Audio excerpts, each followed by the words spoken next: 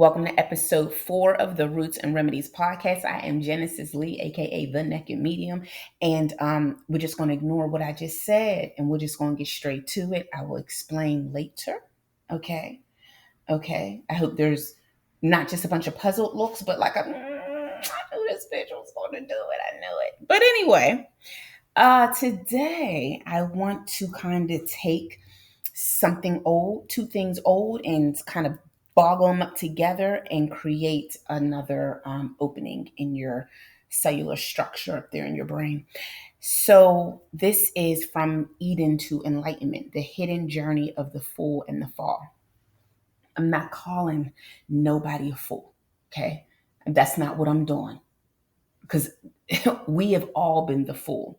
If you know tarot, you know what I mean. But outside of, even if you didn't know tarot, we've always played the fool at some point. And I believe we do every season of our life, every season shift. Hence the fool in tarot. But we're going to dive a little deeper into this because y'all know I like to do them deep dives and down rabbit holes and shit till I get lost. Sometimes I get down a rabbit hole and I get so damn confused I can't find my way out. But that's okay. Because if you engage in the conversation below, in that little comment section that is there for you not to just look at, but for you to say something back, I promise I'll talk back. Plus, we get a different perspective on things. So here we go. But first, before we even get into, shall I say, not the oldest, but one of the most popular sacred books out there, the Bible, I want to first talk about, or let me say, I want to first mention the word allegory, and I want to mention it in the best way possible by defining it before we even begin. Let's define. Oh, and before we start, please, I gotta go. I gotta say the thing where it's like, oh, here we go again. Like the video. It doesn't take much to just be like, I'm gonna hurry up and like this real quick, okay? And share it to some of the people that you know don't got common sense, and you just feel like you wanna indirectly tell them, shut the fuck up. I got something for you that you don't know nothing about. You know them people you want to kind of push into the lightness just a little bit more. Just go ahead and share the video with them. Be kind and subscribe to the channel. Okay. I am all TikToked out. So I'm thinking of just moving things back to YouTube. I've said this many times before, but I'm not going to lie. Those TikTok followers are aggressive. That almost 300K over on TikTok, it helps to build the portfolio, y'all. So share, like, and subscribe so I could get this, popping again over here on YouTube. So let's break down allegory really quickly, okay? Because more than anything, when we're discussing something, I know we think we know the definition of everything, and yeah, great. But sometimes when I be hearing people talk, I'm like, did you know the true definition to that, or you just made some shit up? Because I think we kind of do that nowadays. So allegory is a story, a poem, or a picture that can be interpreted to reveal a hidden meaning. Now, typically, this is around a moral or political object. Okay. So either a moral or political or both hidden meaning, behind that story or behind that poem or behind that picture. And some similar words are parable, analogy, metaphor, and symbol. And we know I'm all about the symbols because that's how that's how our spirit speaks to us, through symbols. So we have our own kind of like Bible going on when we dream and when we are translating messages from spirit to the human mind. Now, people typically use allegories to convey those hidden spiritual meanings or something that's very complex. And to sum it all up, I'm going to just say hiding the truth in plain sight. It's been there all this time. Now,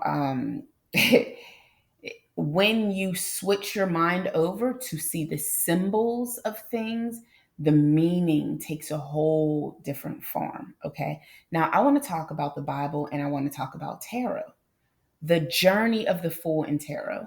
I want to talk about the allegory sacred text, aka the Bible, and I want to show you how I spotted out something. And I would love for us to continue this discussion. I really want to see what other allegories you find in this space, but this is just something I found. So let's go to the book of Genesis, because I'm a Leo. Gotta make it about me a little bit. Okay, so we're going to go to the story of Adam and Eve, because this can be viewed allegorically, excuse me. And then I'm going to head over to the fool's journey in tarot, and we're going to mesh them together, and I'm going to show you how they created the cutest freaking tarot Bible baby. Okay, now let's start with Adam and Eve. Okay, take a deep breath first, because we're any conditioning that's still left over from those religions, we're just going to blow them away a little bit. Just inhale, hold it for a few seconds, and release. And for those of you all that are still fighting those chains, just deep breathe in and release. And just say, I am open to hearing without judgment. This might just blow my mind. Okay? So, Adam and Eve. Now, what we know about Adam and Eve, and we're going to look at this strictly from in an allegory setting, okay? We're going to look at this completely allegorically, okay? So you can even go get your Bible out. If you want to, pause, go get your Bible, go get your highlighters and your Post-its so we can take some notes. This is going to be completely viewed allegorically, okay?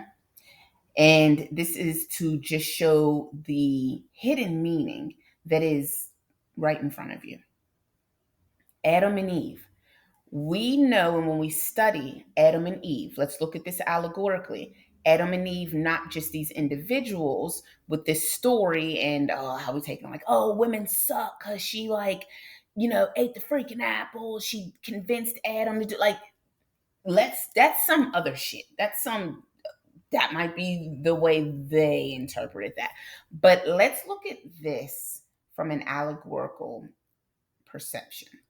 Adam and Eve represent the dual aspects of our natural humanness, okay? Dual aspects of human nature, okay? Now, Adam representing reason. Adam represents reason. Take a deep breath. And Eve represents emotion and intuition. And I want you, when I'm done speaking, to go back and read the book of Genesis, just where we're in the story of Adam and Eve, okay? Because I might take this further and break down a couple other books, but I want you to, in your own time with your notebook, because these are my notes, these are my way of looking at this from viewing this allegorically. So I don't want you to get too caught up on that, but it will open your eye a little bit more, okay? Now, Eve representing emotion and intuition, Adam representing reason. Now, together, they symbolize the complete human experience. We got our left brain, we have our right brain. And we see how life is working out of just one part of the brain and who takes over, and how we viewed. I'm not going to get into a political standpoint, but some Eve haters don't want to see things being ran from another side of the brain, even though we've been running shit from one side of the brain all this time. Whatever. I personally feel like there needs to be two people up in there. We need to have emotion, intuition on that Eve stuff, and then we also need to have reason. Balance is everywhere. Y'all heard me say this. If you follow me, you've heard me say this over and over on YouTube. Balance is everything, and it is in everything. And if we look at nature, we should be following nature, because there's a natural flow of this earth, and it always speaks in balance. And when it does not speak in balance, things get knocked off of balance. And what comes after that? Pure and utter chaos. So there should be a balanced perspective. But anyway, that's just my idea. just my viewpoint. So let's go into the Garden of Eden, okay? And I have my notes that I have scribbled down like a madman, where I'm like reading this and I'm like, okay, if I look at this from this perspective, the Garden of Eden just represents a state of innocence, balance, my favorite word, and unity with nature and the divine, which is a paradise of pure potential where life is guided by divine law. Again, if we are in nature, that is divine law that we are seeing. That is the natural flow of life. Okay. Now, the tree of knowledge, and I cannot wait till we get to the point where we start to see the tarot and what these things represent. Adam and Eve, who Adam and Eve are in the tarot deck, what the Garden of Eden is in the tarot deck. I'm telling y'all, I'm going to make this beefy. So, the tree of knowledge of good and evil. Okay. Now,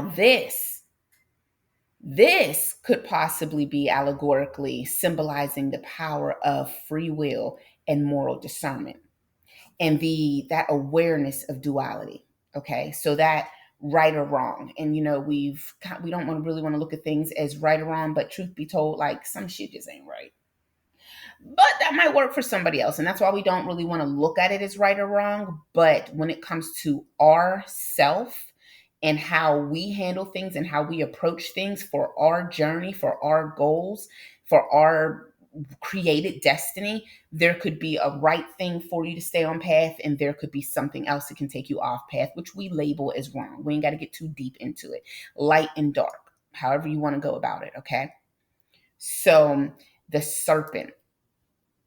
Now, if we're looking at the story of Adam and Eve, the serpent represents temptation, the ego, or the part of the human psyche that's kind of like that urges exploration, that seeker. It triggers that seeker and that questioning and seeking beyond those boundaries that were set for you, right? Here's these imposed boundaries that were set for Adam and Eve, representing the dual aspects of our human nature, our mind, even looking at left brain, right brain, reason, and then intuition. Okay. So this serpent is, questioning and seeking beyond those imposed boundaries. When we think of how we are taught to think, just how we are taught to think and view things, there's a boundary around that, especially if we grew up in a religious home. There have been so many boundaries placed around you. The serpent is the seeker, this like, I gotta skate through this.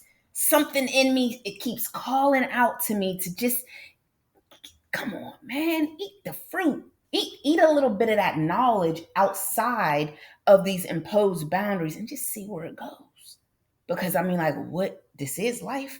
What are we here for? Like the fool, we're seeking. But anyway, it's also a symbol of transformation and change. Okay. Now, moving into the story, eating the quote unquote forbidden fruit. Allegorically, this can represent the moment of choice. Okay. You're looking at those imposed boundaries. This in this moment could represent the choice and the exercise of your free will. Literally, the exercise. If you're told you have free will, then you can exercise it. So at this moment of eating the forbidden fruit, if you're told you got free will, why give me free will if I can't do shit with it? At least let me fuck up and come back and be like, well, damn, I fucked up. I've made that decision off of my own free will. But why give somebody free will and not give them the ability to explore? I just don't think those two things go together. You know what I mean? I wouldn't give my kids, I wouldn't pack their lunch. I wouldn't pack my daughter who's obsessed with potato chips. I wouldn't pack her a lunch with a bag of potato chips in it. And after she'd been all day at school wanting a snack, she gets the lunch and she opens up her bag and there's a bag of chips and I got a little note on it that says, do not, even though I give you free will, do not eat this. Do not eat this little ripple chip. I got you a whole bag of them. Favorite kind, okay? Cheddar and sour cream. No, she like all that red stuff, but I try not to let her. She had to have it for me. But okay, so it's hot Cheetos. I didn't put a bag of hot Cheetos in your little lunch bag, and then I have a little note that says, "But do not eat it." Anyway, I'm gonna go down a whole nother rabbit hole. So you've got this free will, okay? And you're here to make you're at the door where it's like, okay, this is the moment of choice. This is the moment of choice. And in this moment, you can choose to exercise your free will. And what are you to gain from this? Because that act symbolizes the human decision to gain knowledge through whatever experience we're about to go in. Even if it leads to suffering, even if she gets heartburn eating them red hot chips and triggers more ADHD, she's still like, I got to have it. Okay, because this is the decision that I'm making. And decisions that we make lead us, hopefully, to wisdom at some point. Because some point you say, well, this decision wasn't the best for me. So what do you then gain after knowing this was not the best decision for me? You gain knowledge. Knowledge, after you continue using that knowledge to make better choices, gain wisdom. But how the fuck do you get the wisdom? How the fuck do you get the knowledge if you don't ever make the decision to take that journey? If you never make the decision to exercise your free will, you will lack knowledge, you will lack wisdom, and therefore it is easy for someone to consistently throughout your whole life tell you what the fuck to do, because you don't got enough knowledge to go on your own journey, and you don't have the wisdom that you would have gained from that journey. So giving you free will and not allowing you to go on that journey is what? Somebody wants you to be done? Whatever. Anyway, come up out of that rabbit hole. That coffee's good. I made it good. Just want to make it real good. Just want to make it just like my grandma used to make it. Okay. So let's go into the fall. All right. This is the fall. Now, it's not literally a fall, but if we look at it allegorically, an allegory would be for the transition from like the state of pure unity and that innocence to one of duality. What comes with that? Self-awareness and moral complexity. It marks the birth of human consciousness and personal freaking responsibility. But again, if you're not exercising your free will, how the hell are you going to know that? How are you going to learn? How are you going to grow? My grandma always says, the chickens come home to roost. They will eventually come home to roost. Okay? I'm sure many of your grandparents have said this. This is an old phrase. The chickens always come home to roost. But they had to go out and get their food. They had to go out and graze. They had to go out on a journey for them to come back to what they have then learned is the best space for them. Until then, they don't know. And it's funny sometimes when we look at not looking at the Bible in an allegorical aspect, an allegorical perception, and we just go off of exactly what's being told and look at it as though it is exactly literal, then you don't make room for a lot of growth outside of those confines of what is being told to you. And when you're not growing in knowledge and gaining wisdom, you're easily, I'm not, hey, I'm just fucking say it, I don't give a fuck. You're easily brainwashed because you don't know. Knowing comes from your experience. You believe what you're reading is right. You believe what you're being told is right because you want to believe in something. You want to believe in something. But knowing is I've been around the block and found out the best house was the one that I started with. That's knowing because you have experience. There's depth in your journey. There's not just that it might be Like it might be all right around the block. I don't really know because I haven't tried it. So I'm gonna just stay in this house and I'm going to believe what I'm being told. But we all are on different journeys. So what someone else believes, when that's being pushed to you, it may not be the best thing for you, because the best thing for you might be to take a step outside the house and go around the block, because your kingdom might be the block over. But you never fucking know. But it's okay though. If you're cool with being in the zone that you started, nothing wrong with that.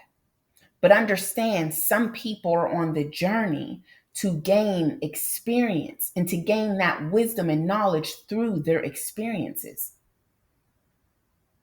It's cool. Either way you're going, A or B, right or left.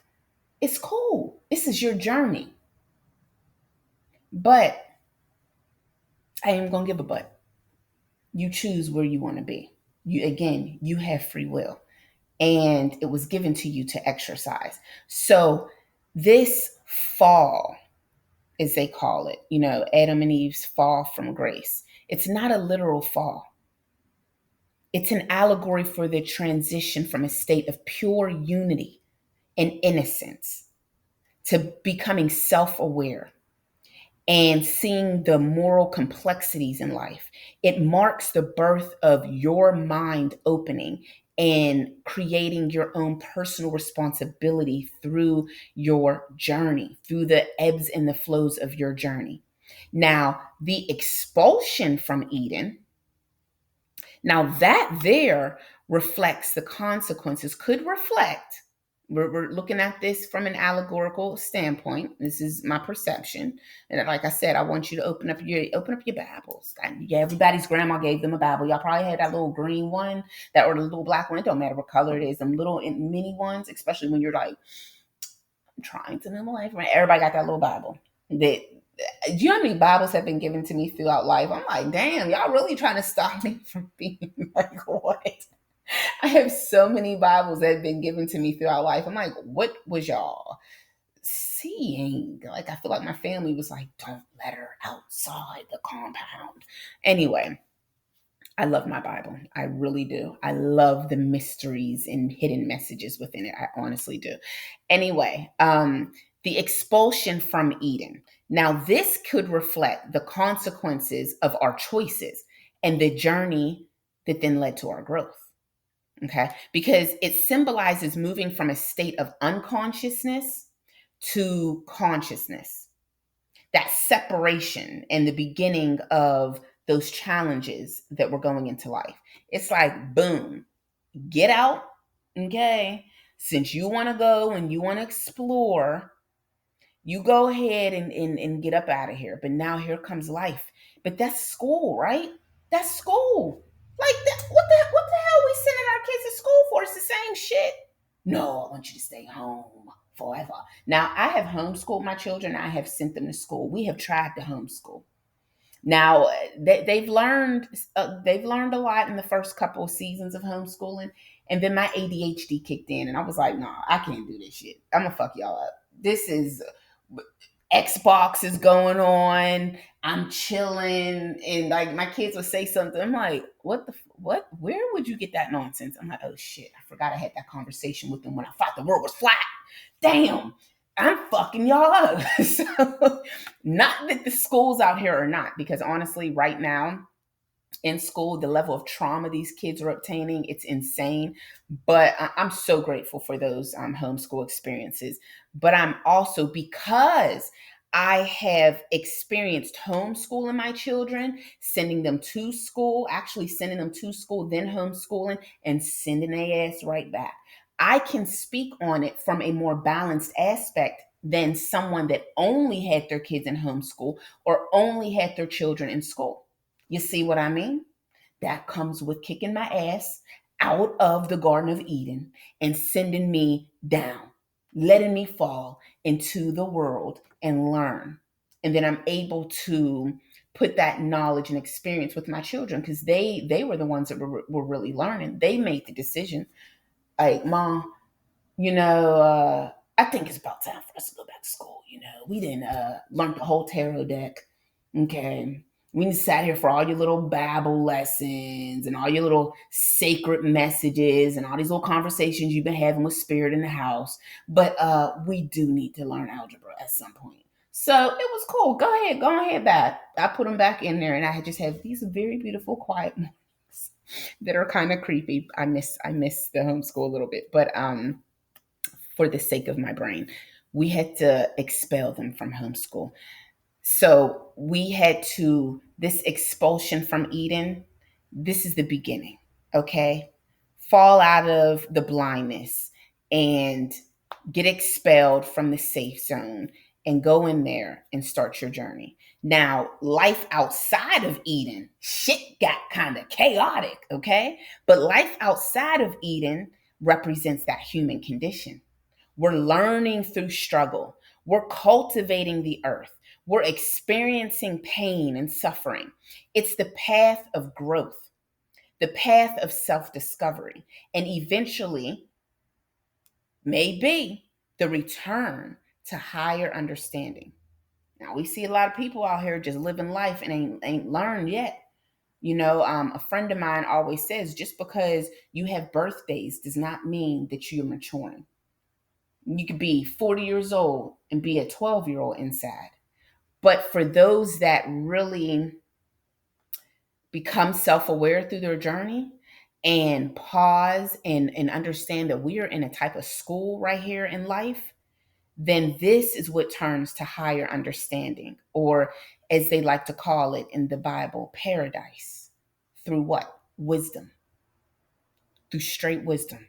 Okay. So in that story, in that allegorical story, looking at Adam and Eve in an allegorical way, the story is teaching that with knowledge and self-awareness comes responsibility. Where else does that come from? There's another passage in the Bible that says, with I'm paraphrasing, with greatness comes great responsibility, or responsibility, something like that. Basically, to be great, you got to be responsible. Okay. But this is also a way of looking at it like humans are destined. We are destined to face challenges. And we're destined to make mistakes. Okay. And to grow through all of these experiences. People that are extremely judgmental, guarantee, as my grandma would say, guarantee, they ain't never left the front porch. The more you judge other motherfuckers, it's because you don't have enough experience to gain understanding. It's so funny when I see people that are extremely judgmental because I'm like, oh, I read in between the lines. You were sheltered. And then you grew up and sheltered yourself from experience, because that's where judgment comes from. The more you experience in life, the more mistakes you make, the ebbs and flows that you experience, the more understanding. Like, I can understand a whole serial killer, right? That don't mean I'm like, whoa, yay, good job, woo! But I understand what makes them tick. And I'm not saying like, oh, because I feel tick like that every now and then. Maybe, whatever, we ain't gonna say that out loud too much. But it's the understanding of human nature and the foundation of growing up, and the effects of the food and the effects of the media and the effects of television and the effects of being bullied, and it all comes together, and it's like, boom, I get it, I understand. It's fucked up, but I understand. A very sheltered individual will immediately, you can see how many people are sheltered when you look at comment sections under videos. They immediately go in, and it's kind of like, this got to be the stupidest shit you never said. Say it louder that you never left the front porch. But anyway, experience. We grow through that. And yet, even in the struggle, there's the potential for that understanding, that redemption, and a return to harmony with ourselves and with the divine, with this divine soul we got inside of us. The narrative of the story truly emphasizes that life is truly about the journey of self awareness, learning, and mastering the balance between choice and consequence, mastering the balance between left and right, mastering the balance between reason and emotion and intuition. This is what makes you great. And I personally feel that if I was the creator, I would want you to get your ass out there and go fuck up a little bit and then come back to me and be like, yo, homie, you was right. You was right. I'd be like, now I fucks with you. Cause if you're just like chilling around me, you ain't been through nothing, I don't know how much I could trust you. Cause you're easily led. You don't question. You like, fine, you become one of the followers, right? But if I want to create greatness, if you are my creation, I want your ass to be great. I don't want you to be basic. I'm gonna put you through training to be great. Why would I want a basic ass kid? You know what I'm saying? Basic ass kids. I mean, they can do the books. You know, they could be safe doing the books. Okay. But that's what you do. You give them little jobs, little safety jobs. Okay, make sure you do this. Hey, greet everyone when they come in. Greet everyone when they come in. Okay? When they come through the gates, just check their names, greet everyone when they come in. But my great kids, yo, I need you to run this temple over here because we got these scholars that was out there in life going through it, learned so much. They are going to come in, and that's where they are going to be placed so we can send them out as masters. Okay? That's what I'm talking about. Now again, there is when there's a balance, that's cool. We need somebody to check everybody at the door, but we also need somebody to run the second temple, the third temple, the fourth temple. We also need leaders. And you're not getting a leader by somebody that never left the front motherfucking porch. Do you understand what I'm saying? They got to play the fool. Here we go. Here, segue. They got to play the fool in the journey of terror and begin the journey with innocence and openness. Just like Adam and Eve in the Garden of Eden, that fool in terror live in harmony, unaware of the complexities of life, right? Ain't that how the fool approaches everything? La la la la la, with his little knapsack hanging off his stick. This is the beginning of a journey when you pull that fool card. The fool carries unlimited potential, but lacks experience, symbolizing the state of pure potential and trust. Let that motherfucker go through a journey first. Okay? Let him get his little knapsack. But then let's let him bump into the magician and the high priestess, aka the tree of knowledge and serpent. Let that high priestess use her intuition and hidden knowledge. Let him learn that forbidden fruit represents the pursuit of this hidden wisdom, bridging that subconscious and those conscious realms together. Let the magician in him start to appear, which represents action and the conscious use of his tools, the free will, which is similar to what the serpent offers in Adam and Eve story in Genesis. The knowledge to take action, leading to choice. Now, hold on real quick, because this is it for YouTube, right? But I'm going to need you to get a little bit uncomfortable in your position in order to get more enlightenment, because we got more journeys within the tarot to connect. But that's going to take you making a little bit of shift in your consciousness and signing up to my Patreon, okay? Because not everything should be left to the public. I'll see y'all over there.